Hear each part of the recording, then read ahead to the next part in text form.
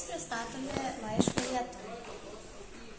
Kuriant šiuos marškinėlius viskas prasidėjo nuo idėjos įprasminti meilę Lietuvai. Pasitelkėme skaitmeninius įrankius, grafinio dizaino programą, kurioje sukomponavome Aldonos parašytos eilėraščio Lietuva ištrauką. Senolė žemė žydi vaivorykštės spalva. Visų gražiausias žiedas, gimtinė Lietuva.